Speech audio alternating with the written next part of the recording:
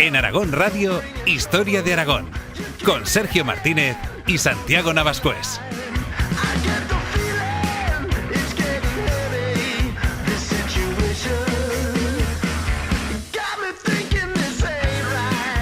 El 24 de enero del año 1110, las tropas de Alfonso I el Batallador lograron una aplastante victoria que, a la postre, supuso el derrumbe de la monarquía andalusí de la Zaragoza musulmana tras casi un siglo de historia y esplendor. Fue uno de los enfrentamientos más importantes de la historia medieval en la cuenca del Ebro, y a pesar de ello ha quedado sumida prácticamente en el olvido. ¿Qué sabemos sobre la batalla de Valtierra y todas las consecuencias que esta tuvo? Soy Sergio Martínez, en la técnica está Vicente Bordonava y te doy la bienvenida a este viaje por la historia de Aragón en Aragón Radio.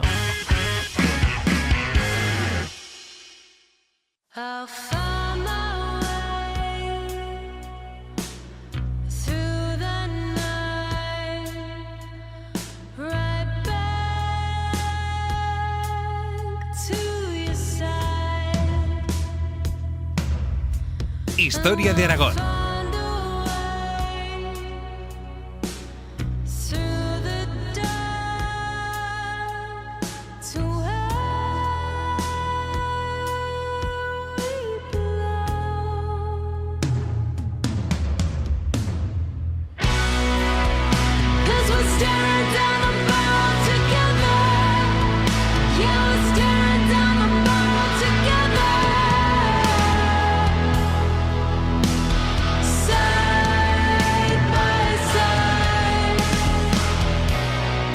Después de un par de episodios en los que nos fuimos de viaje por el tiempo a épocas tan dispares como el dominio romano de la península ibérica y después a las fiestas revolucionarias que se celebraban en esa Zaragoza de la década de 1830, incluso con alguna naumaquia en el Ebro de por medio, regresamos a la Edad Media para hablar de los prolegómenos de una batalla y también de las profundas consecuencias que ésta tuvo. Y es que esa batalla de Valtierra confirmó a un rey Alfonso I el Batallador pues como un auténtico señor de la guerra que era capaz de estar una semana por tierras gallegas y a la otra plantarse en la ribera del Ebro para responder al ataque que el mismo rey de la taifa de Zaragoza, Al-Mustaín II, encabezaba en persona contra sus dominios en el sur del reino de Pamplona. Volvemos pues a esos inicios del siglo XII que tanto nos gustan y que, como siempre os decimos, fue parte de un periodo fundamental, especialmente para los orígenes del reino de Aragón y para su desarrollo, pero también para el final de otras entidades políticas que fueron fundamentales para esta tierra, como ese reino andalusí de Saracusta. Y para hablar de todo ello, como siempre, me acompaña el doctor en Historia, Santiago Navascués. Bienvenido, Santiago, una semana más. Hola a todos, queridos oyentes. Una época muy bonita, muy convulsa, muy... O sea, de intercambios culturales... Sobre todo aquí, lo que es el Valle del Ebro, ¿no? De intercambios de mamporros también. Sí, exacto. Es una época alucinante. Tenemos personajes... Bueno, hay un personaje, por ejemplo, recuerdo yo ahora, Pedro Alfonsez, que era...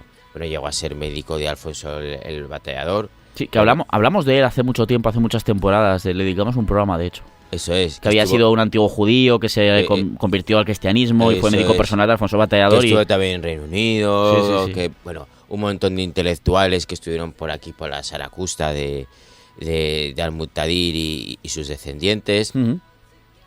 Y bueno, es alucinante lo que se cocía por aquí, por el Valle del Ebro. Hay muchas cositas que hablar en este periodo, que los hemos ido hablando, tratando en diferentes programas a lo largo de estas 6 temporadas y que vamos a seguir haciendo en el episodio de hoy, ¿no?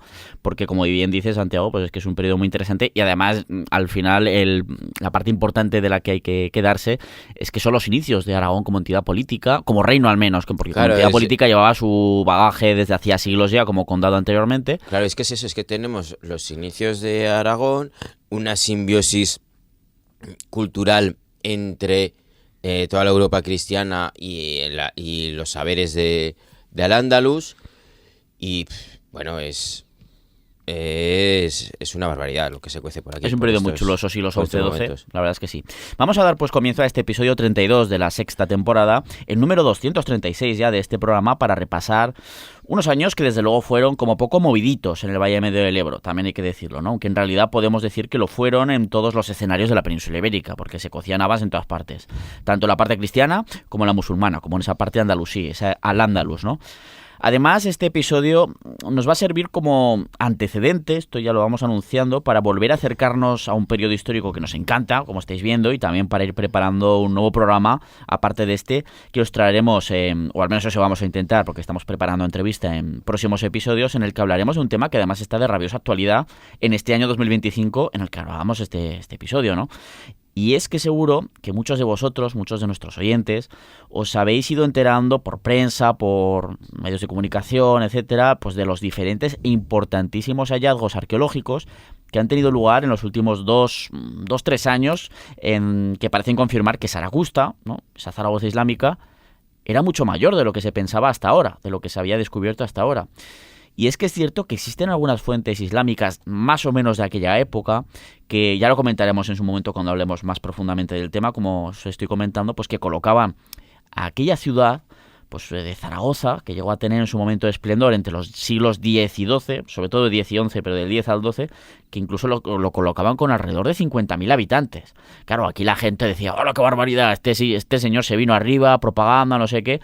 Y sin embargo, hasta hace muy poco, lo que se sabía por las investigaciones, pues parecía que mostraba esas cifras como una auténtica exageración y que la Zaragoza musulmana no llegaría a haber sobrepasado los 25.000 habitantes aproximadamente, que es siempre la cifra que se ha dado tradicionalmente. Que aún así son muchos, Que son muchos. Para las ciudades de la época. Londres tenía muchísimos menos. Bueno, no sé si muchísimo menos, pero no tendría muchísimos más, exactamente. Y Roma, un poco más adelante, siglos XIII-XIV, no pasaba de los 20-25.000 también. Roma rondaba unos 35.000 habitantes, más o menos. Muy bueno. Es decir, estamos hablando que la Saracusta musulmana, con esa cifra de 25.000, pues se acercaba a ciudades como Roma, que era la capital de la cristiandad. Lo que pasa es que era una Roma muy venida menos. Sí, que hasta llega ya el Renacimiento, ya y sobre todo a partir del siglo XVI. Pero claro, con 50.000 es que la sobrepasa. Claro, es que ahí están. Mucho. Eso es lo que se pensaba, que no, que dice, esto es una exageración, no, ahora sí es una cifra importante. Pero es que ahí están esos nuevos hallazgos, que es lo que querremos traeros una entrevista para hablar del tema, que nos dicen que el casco urbano de Zaragoza era mucho más grande de lo que se pensaba, que no estaba constreñido prácticamente solo a la zona de lo que había sido la ciudad romana en su momento y poco más, ¿no? Y por tanto, al ver lo que era mucho más grande, nos acercaría, porque se han ido encontrando nuevas construcciones, tramos de muralla más allá de donde se pensaba que llegaba a la ciudad, ¿no? Y esto nos acercaría a esa cifra de alrededor de esos 50.000 habitantes que nos decían las fuentes islámicas, que se pensaban que era una exageración. Y esto, pues lo que dice Santiago, es que ya si 25.000 es una buena cifra, muy buena cifra para la Europa del momento, el doble, imaginaos. Alrededor de 50.000, que pueden ser 40 y tantos mil, o qué sé, pero ya esto lo convertía a Zaragoza en una de las ciudades más grandes del momento, no solo de Al-Ándalus, sino de Europa, ¿no? O sea, es algo tremendo, ¿no? A ver, siempre hay casos que lo superaban con creces. Bueno, ahí estuvo el caso de la propia Córdoba en tiempos del esplendor del califato de Córdoba, que se habla incluso de 500.000 de habitantes, incluso un poquito más, es una animalada, pero eran casos ciudades al-Ándalus. Si lo comparamos con la Europa cristiana, eso es. Era una grandísima ciudad. Exactamente. Y bueno, así que, como decía, muy pronto os traeremos todos estos nuevos descubrimientos, porque son de actualidad, ¿no?, al programa, que cambian radicalmente la historia que se conocía hasta ahora de esa Zaragoza islámica. Pero hoy venimos a hablar de esa batalla de Valtierra, ¿no?, que, como decía en la presentación del episodio, fue un enfrentamiento decisivo que apenas hemos mencionado alguna vez en episodios anteriores y que solo hemos tocado de refilón, ¿no? De hecho, también dedicamos, no me lo he apuntado, pero teníamos, creo que, no sé si la temporada pasada o la anterior, creo que en la quinta temporada dedicamos un programa a los últimos años de la taifa de Zaragoza y de la Zaragoza islámica, ¿no? Pero claro, mencionamos la batalla de Valtierra, pero ya está, simplemente que es una derrota por parte de Andalusí. Hoy lo vamos a desarrollar y sobre todo vamos a desarrollar en profundidad sus consecuencias para un lado y para otro y cómo se fragua, ¿de acuerdo? Y es que en realidad fue una batalla importantísima en el devenir del Valle Medio del Ebro y que apenas, como decía, es conocida. Así que vamos a ello, pero antes de alcanzar la fecha de esa batalla, que fue el 24 de enero del año 1110 en el que se produjo el enfrentamiento, vamos a hablar de la situación política, social y también militar existente en los años inmediatamente anteriores, tanto por parte de una taifa de Zaragoza ya en franca decadencia, como por parte de un reino de Aragón en pleno auge, en pleno crecimiento, a pesar de que en esos momentos contaba con menos de un siglo de existencia, porque fue un crecimiento muy rápido. Por eso esta etapa, siempre hablamos de esta época que es tan clave para Aragón. Así que bueno, vamos a empezar, si hemos dicho hablaremos de Saracusta y de Aragón, vamos a empezar por Saracusta. Esa gran Medina Albaida, esa ciudad blanca como la llamaban, ¿no?, que era más grande, parece ser, de lo que se pensaba, ¿En qué situación se encontraba en ese momento, Santiago? Pues como decías, la taifa de Zaragoza, de Saracusta, se encontraba ya a inicios del siglo XII, e incluso desde la década de 1090, en franca decadencia. Por un lado, tenía que vigilar y defender su territorio de las apetencias expansionistas de los dominios cristianos. Por ejemplo, en la zona del valle del río Cinca había plazas muy importantes, como Barbastro o Fraga, donde se juntaban los intereses por controlar ese fértil valle del conde Ramón Berenguer III de Barcelona con los de la monarquía aragonesa de la Casa Jimena, que desde el año 1076 reinaban no solo sobre el reino de Aragón, sino también sobre el de Pamplona, duplicando de esa manera sus fuerzas. Claro. Era una zona tremendamente apetecible por la fertilidad de aquellas tierras, pero también porque su control garantizaba además un acceso hacia el sur y hacia el Valle del Ebro por unas tierras que son geográficamente complejas. Claro, es que esa cuenca del Cinca, del Segre, etcétera, donde hay plazas no solo en el río, sino pues en el entorno, esas Fragas, esas Barbastro, pues eran plazas importantísimas, ¿no? Y desde luego con mucho interés, y el controlarla suponía algo en lo económico fundamental, pero también en lo estratégico, claro, como comentas. Y de hecho sigue siendo la frontera actual, el Cinca, entre Cataluña y Aragón. Eso es cierto, exactamente. Y entonces, bueno, pues por supuesto también estaban los intereses de esa monarquía aragonesa que quería controlar todo el Valle del Ebro, como dejan claras las estrategias seguidas desde tiempos de al menos el rey Sancho Ramírez durante casi toda la segunda mitad del siglo XI. Uh-huh. Pero también tenía intereses hacia la zona de las Cinco Villas, así como lo que hoy es la Ribera de Navarra, con posiciones fuertes como Tudela y también con localidades pues como la propia Valtierra, unos pocos kilómetros más al norte. O sea que aquí tenemos en este momento la taifa de Zaragoza, que ya está iniciando su declive, que tiene que defenderse pues de esas apetencias expansionistas de los condes de Barcelona. Y del rey de Aragón, los reyes de Aragón, en esa parte oriental y también central, pero además en la zona más hacia el oeste también de su reino, ¿de acuerdo? Pero es que además no solo tenía que vigilar a los cristianos, ¿no? Los reyes de Saracusta, sino que también tenía otros vecinos correligionarios que, bueno, pues que también querían hacerles la puñeta. Eso es, esa monarquía saracustí, con esa dinastía judí o de los Banu Jud, pues también tenía que hacer malabares con respecto a sus propios correligionarios. Y es que desde su desembarco inicial en el año 1086, los almorávides habían controlado la práctica totalidad de los reinos de Taifa, resistiendo por el momento tan solo los reinos de Taifa de Albarracín y Zaragoza. Estaban creando un gran imperio a ambos lados del Mediterráneo, en el norte de África y en Al-Ándalus, estos almorávides. Especialmente a ambos lados del estrecho de Gibraltar, sobre todo en esa parte de África Occidental y pues la península ibérica, claro. Sí. Eso es. Y claro, pues sí, que a ambos lados del Mediterráneo había confusión. Sí. Vale, ambos lados del estrecho, mejor dicho. Pues y claro, pues resistían únicamente la taifa de Albarracín y de Zaragoza. El resto de Al-Ándalus quedó absorbido por estos almorávides. Durante parte del tiempo también la de Lérida, pero que también están los udíes, como en Zaragoza, pero que también acabará siendo absorbida por los almorávides, ¿no? Pero bueno, aún quedaba ahí. Pero especialmente las que más o menos más resisten son estas del Albarracín y Zaragoza, como bien dices. Claro, que resistían gracias a que sus monarcas sí que luchaban cuando podían, y especialmente los de Zaragoza contra los cristianos. Y estaban los almorávides diciendo, vosotros sí que lucháis por la fe musulmana y tal, no como esos reinos de Taifa del sur, andalusí, que son unos pendencieros, que no piensan más que en poesía, en beber vino, que no podéis, que es alcohol, y todas estas cosas, porque tenía una visión muy rigorista, ¿no? Rigorista. Rigorista, sí. Esto siempre lo hemos comentado, en este imperio almorávide, pues que era, y sobre todo con una visión ya pues más de la yihad, ¿no? De expandir por las armas, luchando contra pues, los infieles, cristianos en este caso, pues la fe musulmana, claro.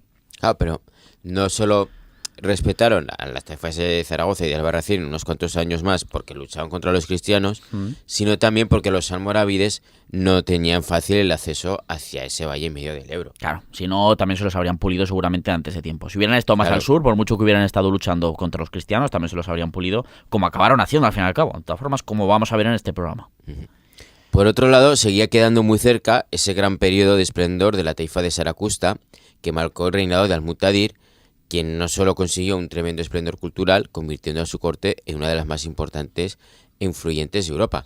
Es que también logró sonadas victorias contra los cristianos, como la recuperación de Barbastro en el año 1065, tras haberla perdido un año antes contra los aragoneses de Sancho Ramírez. Claro. Y bueno, en lo cultural nos podéis hacer una idea del esplendor que llegó a tener esta taifa de Saracusta, ¿no? Sí, Durante sí. el reinado de Al-Mutadir. Es que hay autores que hablan de que el verdadero renacimiento se dio en Al-Ándalus.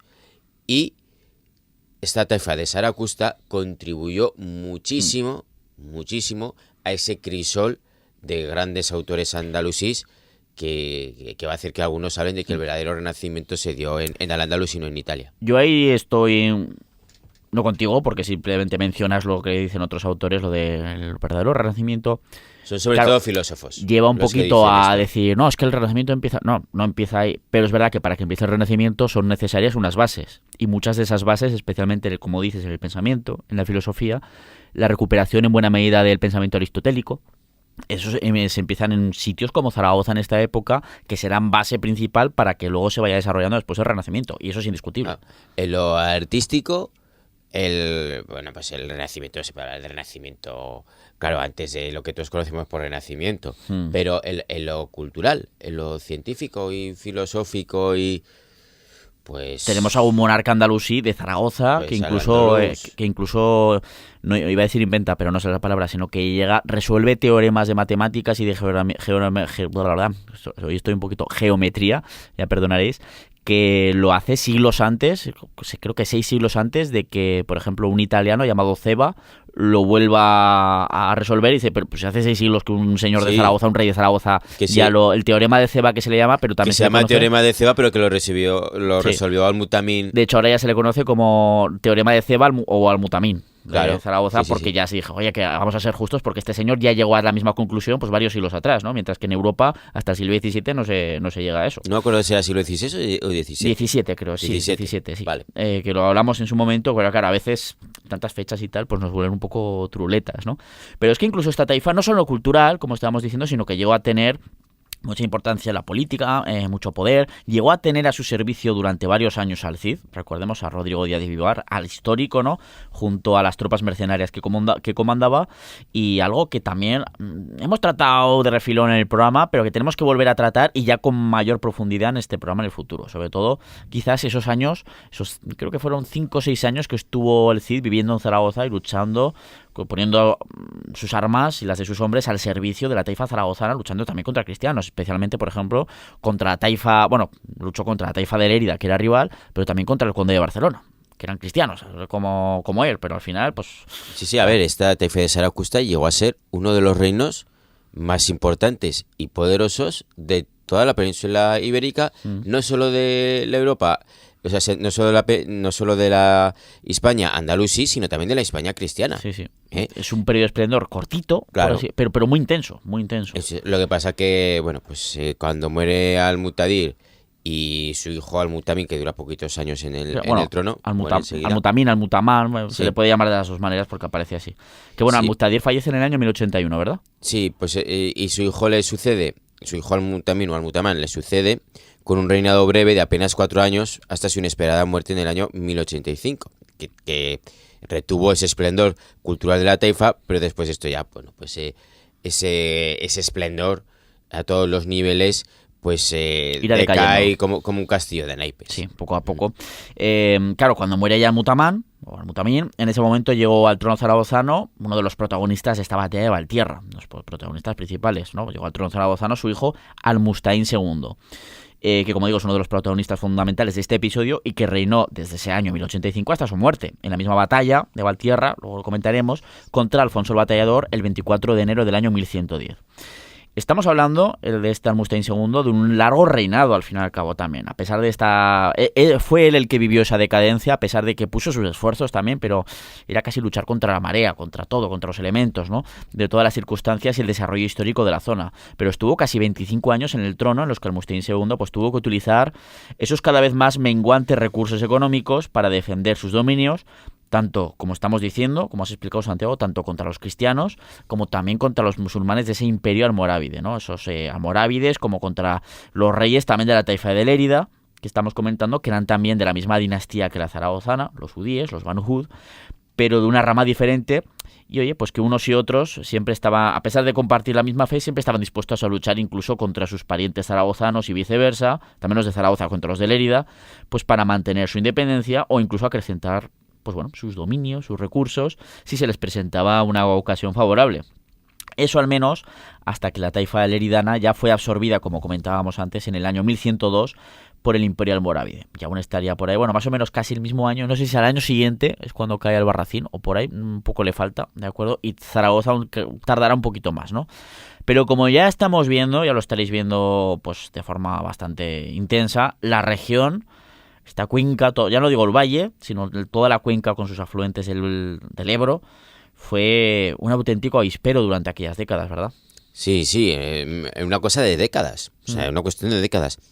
El reinado de Al-Mustain pues comenzó además fuerte, pues sí llegó al trono en el año 1085.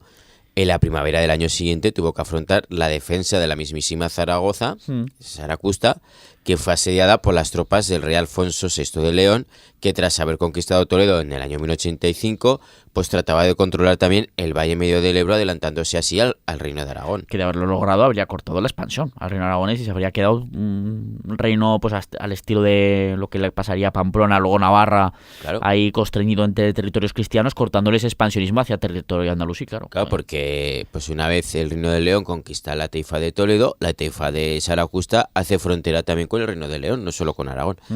De hecho, fue ese asedio de los leoneses sobre Zaragoza el detonante de esa petición de ayuda por parte de varios reyes de taifa al imperio norteafricano de los almorávides, en plan, oye, socorro, que estos cristianos se nos están comiendo. Han conquistado Toledo hace unos meses, ahora están asediando Zaragoza, ¿quiénes vamos? O sea, ¿quién va a ser el siguiente? Es que es cuestión ya de, o sea, son asedios que se producen en cuestión de meses, y si de haber caído Zaragoza, que probablemente quizás hubiera caído, pues de ahí esa petición de ayuda a los almorávides, a pesar de que sabían también a lo que iban.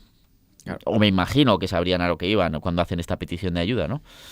Bueno, pues eso provocó el desembarco de los almorávides en el sur de la península ibérica, y ante esta amenaza, pues Alfonso de León acabará levantando el asedio sobre Saracusta. Este es otro melón que tenemos que tratar más adelante en el programa, el de ese asedio, porque además es una petición que ya nos habéis hecho varios oyentes, así que no os preocupéis que ya hemos tomado nota al respecto. Ya no sé cuántos programas llevamos que tenemos que hablar de tres por lo menos hemos dicho 3 temas que tenemos que hablar en próximos episodios. Casi nada, que cada programa hablamos de un tema y nos abrimos 3 o 4. O sea, esto es así, esto es la historia, ¿no? La historia, amigos.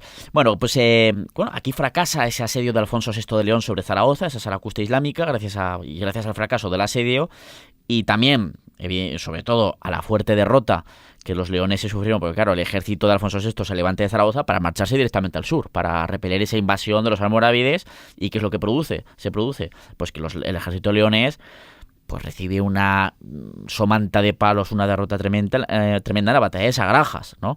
Y claro, gracias a esta derrota, en los años siguientes, por parte cristiana me refiero, en los años siguientes, pues bueno, el rey Al-Mustain II de Zaragoza, pues bueno, tiene cierto respiro, eso sí. No duraría mucho, además siempre vigilante, respiro, pero vigilando a lo que están haciendo en Aragón y en Pamplona, que al final tiene el mismo monarca, o sea, que es la misma monarquía, porque tenía que defender su frontera norte. Pero al menos la zona sur y la zona oeste la tiene más cubierta. Se queda de tranquilita durante 3 años apenas, tampoco te pienses que mucho más. Pero bueno, que el reinado de Al-Mustain II ya vemos que empieza fuerte, o sea, apenas ha llegado al trono, que a los meses su capital es asediada por los cristianos y se salva de milagro. Porque si no hubieran llegado los almorávides, hubieran llegado más tarde, pues se sabe lo que habría pasado. Pero bueno, esto ya es ciencia ficción, ¿no? El caso es que las tornas de la supremacía militar habían ido cambiando en las últimas décadas y claro, los cristianos habían pasado ya a la ofensiva y los musulmanes claramente a la defensiva, ¿no? ¿Y qué es lo que tenemos aquí en esta situación, Santiago? Pues ahí tenemos a Sancho Ramírez, en estos años como rey de Aragón y de Pamplona, que fue tomando pues poco a poco posiciones en la zona del Prepirineo, avanzando cada vez más hacia el sur. En ese proceso, pues vemos cómo se construyen esos castillos de aproximación como el del Castellar, cuyos estudios contamos en el episodio 20 de esta 6ª temporada, o castillos de expugnación dirigidos a conquistar ciudades, como fue el caso del castillo de Monte Aragón, a la vista de la misma Huesca, y que también nos explicamos en el episodio 31 de la 5ª temporada. Aquí hay que hacer la distinción de ese tipo de castillos, porque no sé si lo hemos tratado alguna vez con esta terminología, ¿no?, de aproximación y de expugnación. Aproximación, pues sería como el Castellar, a unos pocos kilómetros de Zaragoza, pero vigilando. Pero de expugnación, de estos ya dirigidos directamente casi a nada, o sea, a muy poquito de las ciudades que se quieren conquistar. Ahí está el que más comento de Monte Aragón, o también en Zaragoza, más cerca que el del Castellar, tendríamos el de Juslibol, también, la fortaleza, porque ese ya está justo al lado de Zaragoza y que eran ya dirigidos directamente a que fueran bases principales para un futuro asedio como se acabó produciendo, ¿no? Y bueno, te he cortado. Sigue un poquito, Santiago. ¿Qué tendremos en esta situación, aparte de estas construcciones, este tipo de castillos?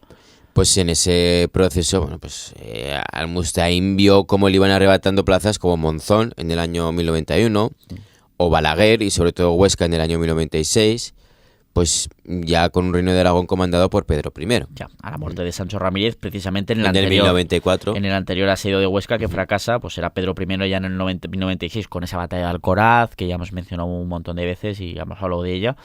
En otros programas, pues se produce esa conquista que era Huesca, o Huasca, era pues el gran escudo del norte del reino de Zaragoza, de esa Saracusta musulmana, y eso se pierde. Claro, todo esto ocurre durante el reinado de Almustaín II, en unas pocas décadas, bueno, en las primeras décadas de su reinado. Es que es un cuarto de siglo prácticamente, o sea, pues es un reinado bastante largo al fin y al cabo.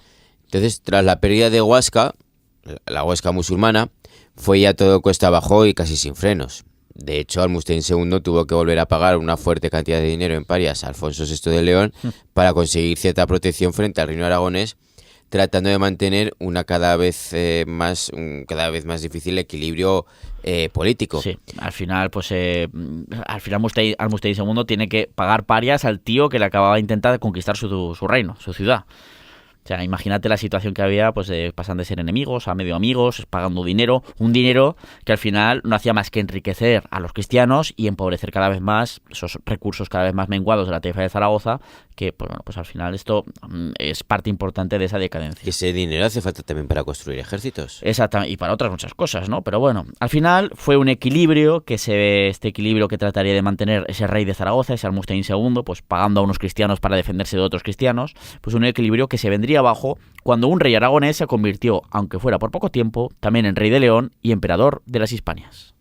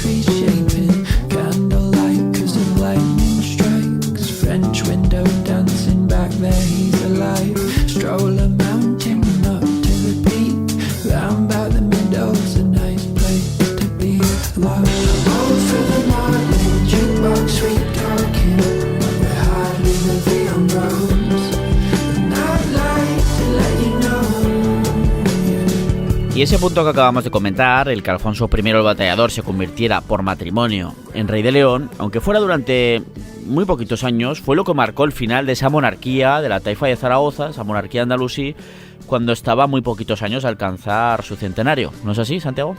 Eso es, o sea, esto es algo que ya hemos tratado en bastantes ocasiones, pero es fundamental para entender el proceso. Al final fueron toda una serie de hechos que, todos unidos, desembocaron en una boda que bien pudo haber unido pues en pleno siglo XII a los reinos de León y de Aragón. Recordemos que en el año 1108 las tropas leonesas fueron de nuevo brutalmente derrotadas por los almorávides en la batalla de Uclés.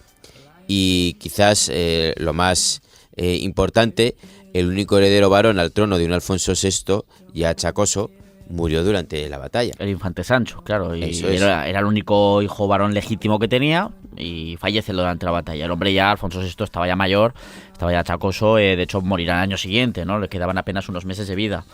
Y claro, ¿quién es la nueva heredera? O sea, ahora ya no tenemos, si solo tiene un hijo varón, tiene más hijas, en este caso pues ya tendrá una heredera, que es la hija del rey. ¿Y quién sería? Pues la nueva heredera era esa hija del rey que nombras, la infanta Urraca, que por entonces había enviudado de su primer matrimonio.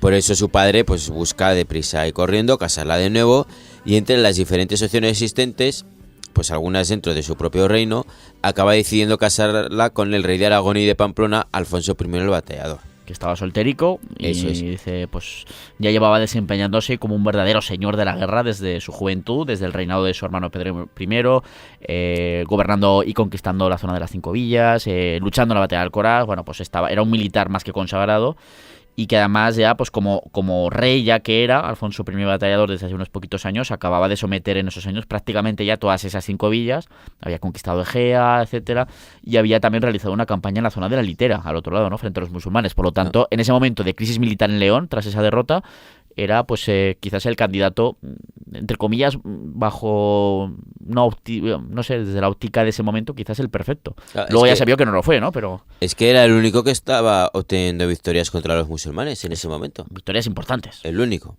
Entonces, pues la boda se llevó a cabo en octubre del año 1109. Ya con Alfonso VI recién muerto, de hecho, se había muerto ya. Efectivamente. Pero ya sabemos pues que acabó fatal. La boda. Que Alfonso enseguida empezó a gobernar el reino leonés a su antojo, otorgando títulos y cargos a aragoneses y pamploneses, algo que provocó un gran enfado entre la nobleza, especialmente en León y en Galicia. En Castilla no tanto, en la zona de lo que era entonces el condado de Castilla.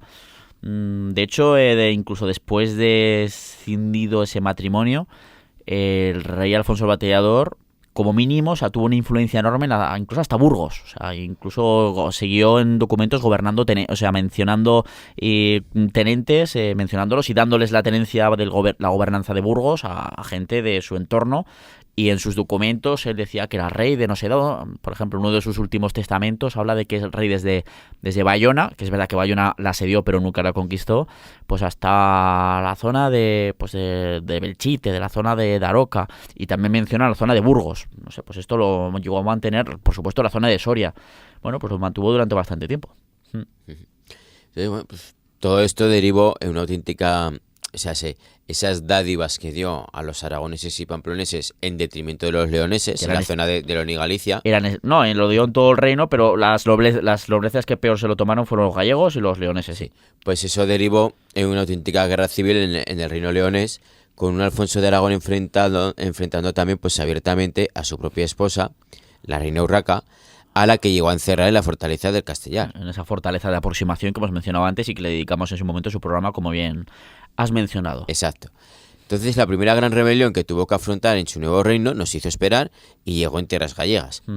Y cuando digo que nos hizo esperar es que así fue, porque si la boda con Urraca se celebró en el mes de octubre, pues esa rebelión llegó antes de finales ese mismo año. O sea, nada, es que pasó, o sea, enseguida cabreó a mucha gente en muy poco tiempo este señor, o directamente más que cabrearlos, que desde luego los cabreó, también se vio que al final este es un señor extranjero porque lo era, este Alfonso el Batallador, venía a quitarnos no sé qué, nuestros privilegios, nos va a gobernar a nuestro antojo cuando nuestra reina es Urraca, pero realmente a quién queremos, porque además recordemos que Urraca había estado casada, tenía un hijo de un anterior matrimonio, que luego más tarde acabará siendo Alfonso VII, ¿de acuerdo?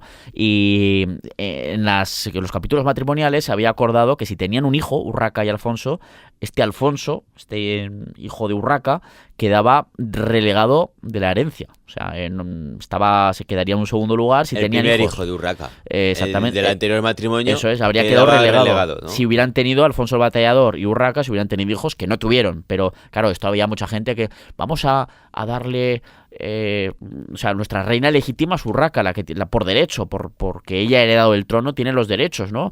Y al final, ¿cómo puede ser que el hijo de ella esté en detrimento de otro hijo de ella, evidentemente, pero también de un rey extranjero? Pues bueno, aquí estaban al final luchas de poder, más de controlar al futuro heredero que otra cosa, más que... Sí, en fin. Allí, en esa zona, pues la oposición la lideraba especialmente Gelmírez, arzobispo de Compostela, y el conde de Traba, tutor del hijo que ya había tenido la reina Urraca de su anterior matrimonio. Al final, pues lo que comentaba, ahí estaba la cuestión de quién controla el futuro heredero, porque eso les podía dar pues mayor peso y mayor poder e influencia.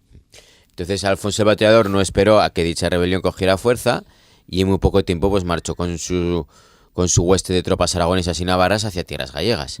Allí se enfrentó a los rebeldes y consiguió aplastar la rebelión con su victoria a finales de ese año en la batalla del castillo de Monterroso, situado en la actual provincia de Lugo. El rey aragonés pues llegó a tener también el apoyo de algunos nobles gallegos que no se fiaban del arzobispo ni del conde de Traba. Claro, porque estos también tenían sus propios planes, como venimos diciendo. Pero bueno, sin embargo, tras conseguir su victoria, aquí al batallador se le fue la mano. Porque después de vencer a la rebelión, emprendió además una dura represión en la región, ¿no? Es en esa zona de Lugo aproximadamente, ¿no? De esa región, de la actual provincia de Lugo, lo que, pues en fin, en lugar de debilitar lo que buscaba, ¿no? Que era debilitar la posición de los rebeldes, consiguió todo lo contrario, ¿no? Haciendo, pues con esa durísima represión, después ya de haber ganado la batalla, pues haciendo que incluso los escasos apoyos que tenía, como estos que mencionabas, ¿no? Pues Alfonso Batallador, pues que al final acabaran abandonando, e incluso algunos de ellos no solo quedarse neutrales, sino que tomaron partido por el partido precisamente del conde de Traba y del arzobispo de Compostela, fortaleciendo, o sea, les ha derrotado, pero al final fortalece la opción de lucha contra Alfonso Batallador, que lo veían pues eso como un rey extranjero.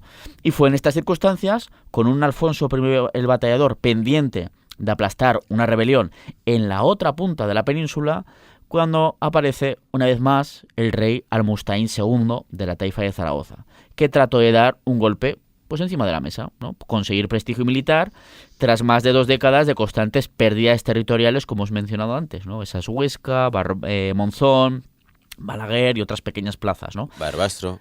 Barbastro todavía no. Bueno, sí, Barbastro sí, en el año 1100, pero tienes razón, que lo conquista también igual que Huesca, Pedro I, exactamente. Pues claro, eran pérdidas constantes, ¿no? Y claro, dices, pues vamos a aprovechar que este señor, el que me está haciendo la puñeta desde Aragón, el rey de Aragón y Pamplona, que ahora está en asuntos leoneses, está en Galicia, o sea, toma por saco, está de lejos, pues voy a aprovechar y voy a tratar de conseguir, de hacer en vez de estar defendiéndome, un ataque para conseguir prestigio y afianzar un trono zaragozano de esa taifa pues cada vez más inestable. Claro, es que sus súbditos estaban hartos ya también, ¿no? Entonces necesitaban eso, ¿no? Sus súbditos para seguir acompañándole, ¿no? Entonces, bueno, pues al final tenemos que pensar en una constante tensión sobre la población, que cada vez tiene que pagar más parias, una espada de Damocles que pendía sobre Zaragoza y su reino. La propia capital zaragozana fue asediada en 2 ocasiones, una en el ya mencionado asedio por parte del Reino de León y otra por Sancho Ramírez de Aragón, aunque ambos acabaron fracasando. Había castillos de aproximación en pleno territorio de la taifa, como el Castellar, que junto a la misma ribera del Ebro, pues como una avanzadilla cristiana en pleno territorio islámico, amenazaba las comunicaciones y el comercio entre Zaragoza y plazas como Tudela, Valtierra o Tarazona. Claro. Y ante esa situación de inseguridad, pues no eran ya pocas las voces que, aunque no les gustara la rigidez de los almorávides, preferían pasar a ser gobernados por ese gran y todavía poderoso imperio almorávide, si con ello lograban unas fronteras más seguras frente a los cristianos. Claro, en plan, yo lo que quiero es seguridad, vivir más o menos tranquilo y está claro que con esta monarquía pues no es suficiente, pero no es posible, ¿no? Y aquí Almustain pues ya está viendo venir lo que está ocurriendo, así que probablemente el rey Almustain II de Zaragoza pues vio, como estábamos comentando, en esa lejanía de Alfonso el Batallador, creyendo seguramente también que esas rebeliones en Galicia le iban a mantener al rey aragonés ocupado durante más tiempo, pues vio una oportunidad para liderar en persona incluso, decir, no, es que no solo mando un ataque, sino es que lo voy a liderar yo, en cabeza, ¿no? Para mostrarme como un guerrero, como mis antepasados, como por ejemplo el Muqtadir, en este caso, ¿no? El rey del gran periodo de esplendor. Pues una oportunidad para liderar en persona una algarada que le proporcionara ese prestigio, botín de guerra, que nunca viene mal, e incluso el tratar de mostrar a los cristianos, pero no solo a los cristianos, sino por supuesto también a sus propios súbditos, así como a los almorávides, que estaban siempre vigilantes, especialmente desde Valencia, que era la capital importante más cercana, ¿no? Que la taifa zaragozana, pues decir, oye, seguimos aquí, seguimos teniendo un poderío militar que hay que tener en cuenta, así que ojo cuidado, ¿no? Esa sería un poco la idea de la campaña de Almustain II que acabó llevando a la batalla de Valtierra. Sobre todo en ese momento en el que Zaragoza pues había perdido esa protección por parte del Reino de León, pagando parias, porque ahora tenía el mismo soberano que Aragón y Pamplona, cuyas políticas para con la Medina Albaida, o sea, con la Zaragoza musulmana, eran claramente expansionistas. Claro, o sea, si antes pagan parias a León para protegerse del Reino de Aragón, y ahora se encuentran de repente que por este matrimonio de Alfonso con Urraca, el mismo que gobierna Aragón gobierna también León. Aragón y Pamplona, o sea, es que al final estamos viendo que es un intento de sacar músculo. por parte del rey zaragozano. Y al fin y al cabo era llevar a la práctica esa máxima de que, oye, la mejor defensa es un buen ataque. Así que, pero bueno, ya sabemos que le salió muy malamente al pobre Almustein II. Lo intentó el pobre mozo, pero ahí está. Así que a finales del año 1109, cuando precisamente pues Alfonso Batallador ha abandonado sus reinos titulares, se ha marchado a León para casarse con Urraca y inmediatamente después se produce esta rebelión, pues Ahmad Almustein II pues comenzó en estos meses finales de 1109 a preparar una ceifa hacia el noroeste. Río Ebro arriba, cuyo objetivo principal fue el sur de un reino de Pamplona del que Alfonso I de Aragón, pues como venimos diciendo, pues también era soberano, ¿no? Y aquí llega el punto culminante. ¿Qué sabemos sobre esta campaña militar del rey zaragozano y de la propia batalla de Valtierra? Pues tristemente lo cierto es que no mucho. Pues ya está, hasta aquí el programa. Muchas gracias, Santiago, nos vemos la semana que viene. Y venga, hasta luego. No, a ver, es que las fuentes de la época, tanto musulmanas como cristianas que hablan de ello, pues no son especialmente claras. Y pocas cosas hay que se sepan con un alto porcentaje de que sucedieron pues tal y como se relata. Esperamos no decepcionar a nadie, pero eso también es parte de la historia, ¿no? Claro. Y de su investigación, abriendo ventanas a las que quizás con trabajo y años de estudio pues se puede alcanzar a vislumbrar lo que ocurrió, o que en cambio pues no se llegue nunca a descubrirlo. Sí, o sea, no se sepa más de lo que ya se sabe y ya está. Nos movemos en este marco. Y más en determinadas épocas. Claro, hasta hace nada, lo que hablábamos al principio del programa, nos parecía que era exagerado lo que nos contaban de los habitantes de Zaragoza, y ahora pues va a resultar que a lo mejor pues era verdad. Exactamente. ¿No? Pero eso lo hace pues los descubrimientos posteriores, los hallazgos. Esto es lo bonito, pero posteriores. esto se avanza como en todos los campos. En la medicina también se avanza cada año, cada mes, incluso en la informática. Se desdicen continuamente. Y no pasa nada. Claro, esto, la ciencia es así, en la ciencia no nos movemos con certezas. Pero bueno, vamos con lo que o casi nunca con certezas, ¿no? Pero claro, vamos con lo que se conoce sobre el tema, al final, que sí que hay algunas cositas que sí que se saben sobre esa batalla de Valtierra y sobre esa campaña, ¿no? El caso es que el monarca Saracustí encabezó, como bien decíamos, él mismo a su propio ejército, y hay varias posibilidades sobre cómo fue su avance. Por ejemplo, es posible que cogieran una ruta saliendo desde la misma Zaragoza, que ahí hiciera la acumulación de pertrechos, de tropas y tal, y lo más probable es que siguiera, si salió de Zaragoza directamente ese ejército, es que siguiera pues el curso del Valle del Ebro hasta alcanzar la zona cercana a la desembocadura del río Aragón, para empezar a remontarlo en dirección ya a una posición que seguía perteneciendo a la taifa de Zaragoza, como era Valtierra, ¿no? Hoy en territorio navarro. Otra posibilidad, que a mí me parece un poco más plausible, es que Almustein ordenara directamente acumular tropas en Tudela o en la propia Valtierra, más probable Tudela, porque era una posición fortificada muy importante, que de hecho superó Tudela y Tarazona, a pesar de que fueron asediadas y tal, resistieron más que la propia Zaragoza ciudad, ¿no? Bueno, pues es posible que acumulara esas tropas en Tudela o en Valtierra para lanzar desde ahí la ofensiva hacia lo que por entonces era el reino de Pamplona, de donde era también rey Alfonso Batallador, y cuya frontera con la taifa sería pues más o menos el propio curso del río Aragón. Si vas a Google Maps se puede ver perfectamente, ¿no? Pones Valtierra, tal, ves el curso del río Aragón, aunque también es verdad, no hay que olvidar nunca que las fronteras, en esta época especialmente, eran muy difusas, y más en espacios geográficos como estos, ¿verdad? Claro, más en espacios geográficos como estos que están en continua disputa, ¿no? Durante siglos. Sea como fuere, pues la ceifa lanzada por el rey zaragozano parece que se adentró en tierras navarras y avanzó todo lo que pudo hacia el norte, llegando hasta las proximidades de Olite. Al final, pues era un ataque destinado a buscar botín y crear inseguridad en tierras cristianas. Y a sacar músculo, como decíamos. Claro, así que no tenía una finalidad de conquistar territorio, sino de hacer el máximo daño posible al enemigo. De decir, oye, que nosotros también os podemos hacer daño, ¿no? Os podemos hacer la puñeta, así que tranquilicos. Claro, la ofensiva pues se debió alargar durante las primeras semanas de enero, o quizás incluso desde los últimos días de diciembre del año 1109. Porque recordemos una vez más que Alfonso I el Batallador todavía estaba en tierras gallegas ejerciendo una importante represión a los ya derrotados rebeldes.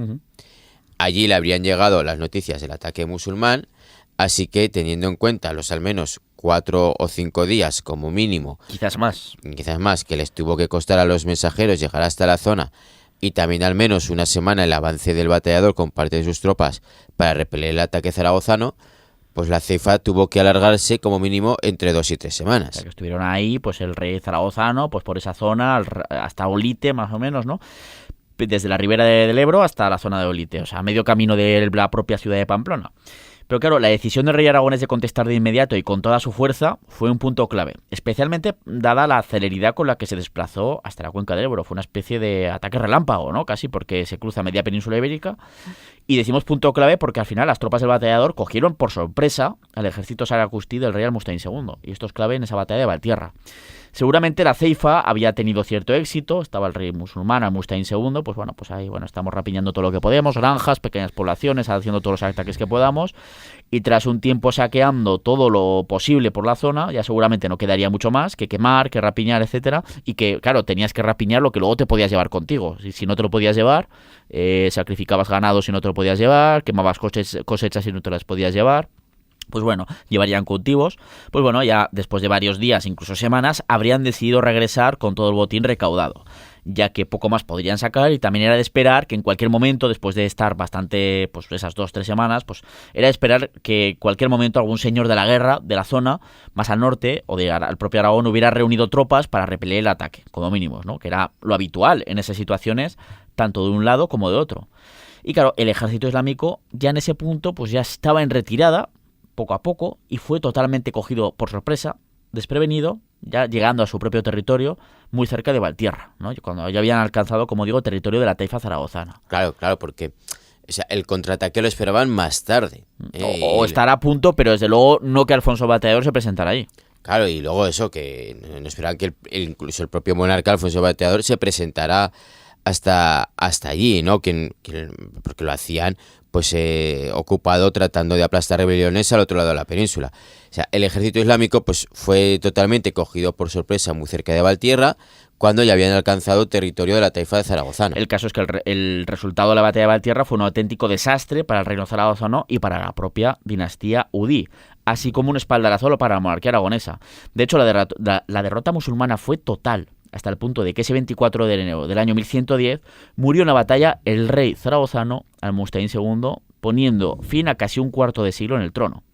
Aquí Alfonso Batallador, por el contrario, claro, sacó una gran victoria, apareciendo de repente, casi entre las brumas y tal, cogiendo por sorpresa al ejército saracustí, sacó rédito de la victoria, pues no solo rechazó al enemigo, después de un ataque que le habían hecho a sus dominios, sino que dio un golpe literalmente de muerte a la taifa de Zaragoza. Y es que además aprovechó y conquistó la propia Valtierra, ¿no? Que sería, el resultado final de la batalla de Valtierra también inmediato fue la propia conquista de Valtierra por parte cristiana, que sería integrada en el reino de Pamplona, y eso sí, a la que para intentar atraer nuevos pobladores, esa repoblación famosa, ¿no? Los pobladores cristianos, le concedió el fuero de Sobrarbe, que es algo muy curioso. Es algo muy curioso, pero a la vez habitual, que muchas poblaciones que estaban fuera del propio reino de Aragón recibieran fueros propios aragoneses, como este mencionado de Sobrarbe o también el de Jaca. Sí, también lo vemos en territorios...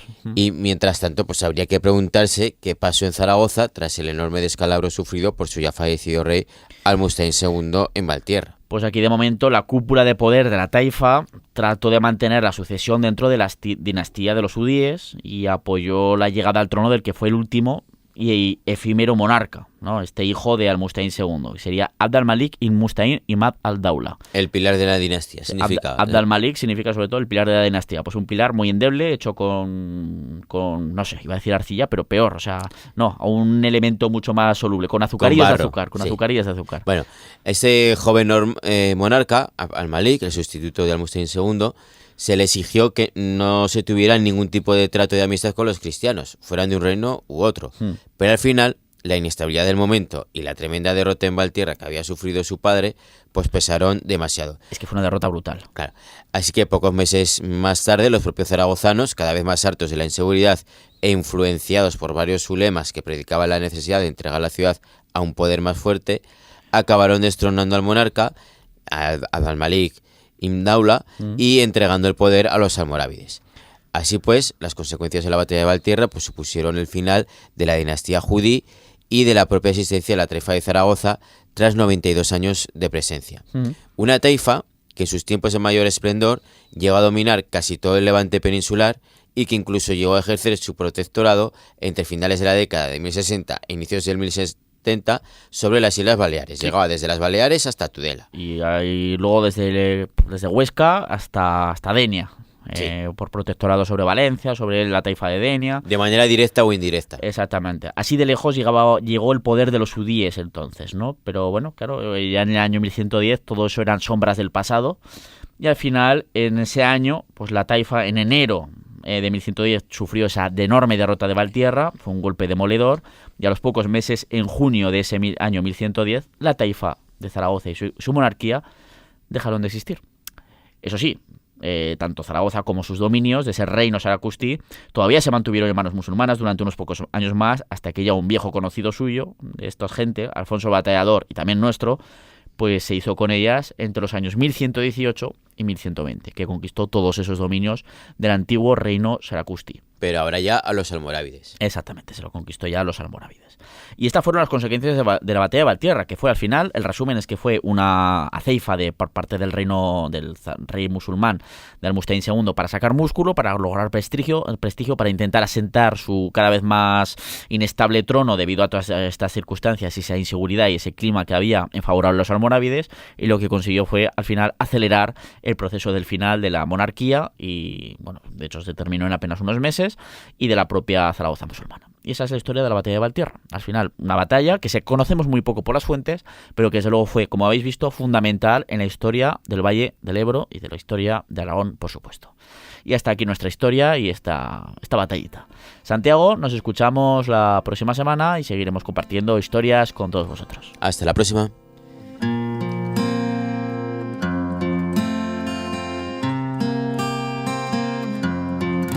Cruzar los bosques, andar los... Y como siempre os decimos que de verdad que esperamos que hayáis disfrutado como siempre este episodio. Y bueno, ya sabéis que cada sábado a las 3 de la tarde en la FM de Aragón Radio tenéis cada semana un nuevo programa. Y si os lo perdéis, os va mal el horario, pues lo tenéis siempre disponible en podcast, en aragonradio.es, en Aragón Cultura, en historiaaragón.com y en plataformas como iVoox, Spotify, Apple Podcast y en el canal Historia de Aragón en YouTube.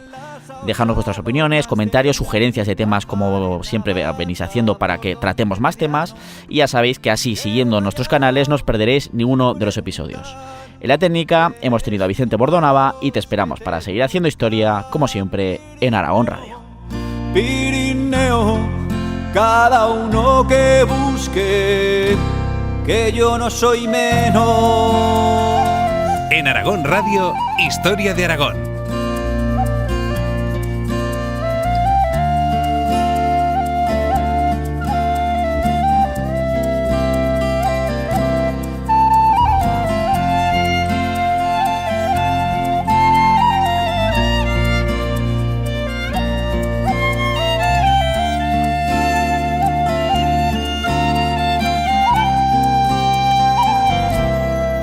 Contar a chicos, escuchar a viejos, antiguas batallas de caballeros, tallar en piedra la vida de tantos hombres y mujeres que por ti pasaron, ver chesos en Oza, plantar batalla, en sótanos la foz, la cabaña, jugar con la vida y ganarse el pan, hacer contrabando por la de Roldán.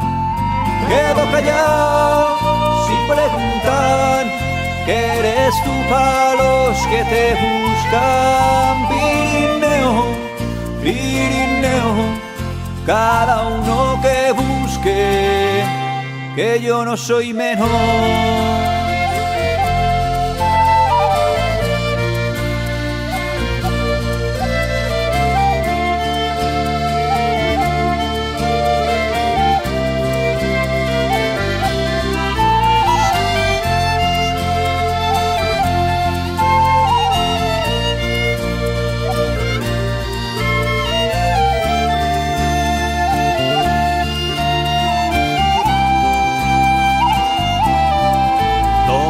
Castillo y Peñaforca, o al gigante de la Ribagorza, pasar Bachimaña cara al infierno, besar la gran facha en pleno invierno, ver Mondarruego, remontar el Ara, soltar ganao, pasao, ver Natuara, salir de Broto en julio a la fin, saludar amigos en Gavarní.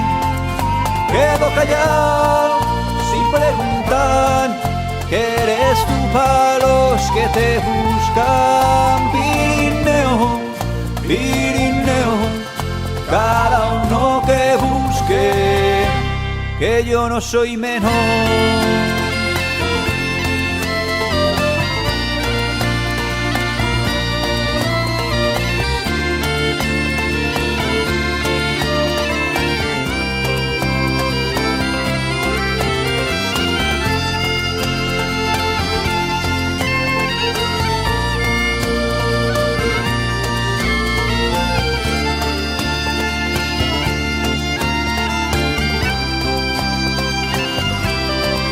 Sonar cañones para San Antón, quedar con las brujas en el turbón, enseñar secretos a compaire, solo dejar pasar a un tal Lucien Briel, dejar libros por ayudar a padre, marchar de casa por nacer tarde, volver al tiempo al mismo lugar. Todos han cambiado, pero tú estás igual. Quedo callado sin preguntar, que eres tú para los que te buscan. Pirineo, Pirineo, cada uno que busque. Y quedo callado sin preguntar, que eres tú para los que te buscan. Pirineo, Pirineo, cada uno que busque, que yo no soy menor.